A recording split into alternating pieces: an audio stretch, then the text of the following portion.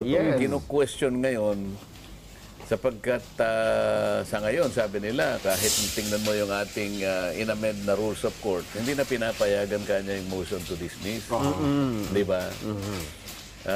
Doon nagsimula. Yes. Hanggang sa nakaisip sila ng ibang pamamaraan, so ibalik na lang natin. Parang gano'n nata nangyari. Yes. Uh-huh. Yung salitang remand, pinalitan nila. Salitang dismiss po, pinalitan nilang remand.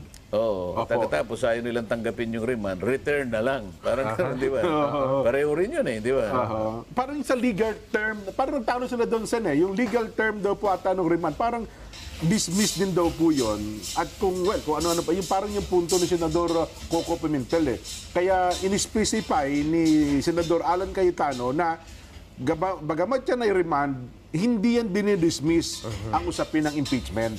Technically speaking, hindi naman talaga dinidismiss eh. Opo. Kapag ka ni-remand, halimbawa, ngayon makikita ninyo maski ang Korte Suprema, nagre-remand eh. Sabi niya, tingnan mo nangyari sa kaso ni dating Senador De Lima. Ayan, opo. Court of Appeals atang nagsabi, ni-remand uli. Ibig sabihin, binalik sa trial court para ilitigate na muli. Opo. Ngayon, may mga napansin yata yung impeachment court na may mga pagkukulang sa panig ng House of Representatives.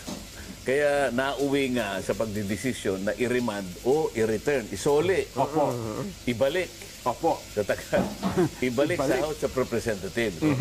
At may kalakip ngayon na pahayag na katungkulan na una, sabi niya gano'n, i-attest ninyo na hindi kayo nagkaroon ng paglabag doon sa ating one-year bar rule. Yan.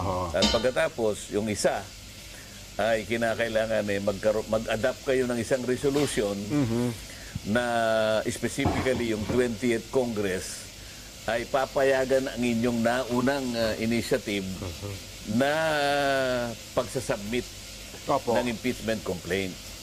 Ngayon, ito, nagkaroon ng matinding reaction sa House of Representatives at nagkaroon pa nga ng isang pagmimisa yata doon na Nelson Yun ang hindi ko maintindihan kasi alam niyo naman, hindi naman ako Katoliko dyan.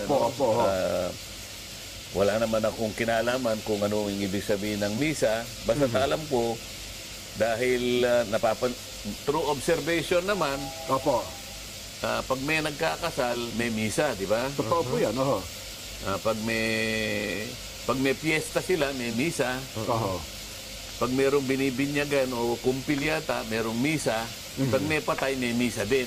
Yes po. So ako, wala akong kinalaman dyan at wala akong gustong patungkol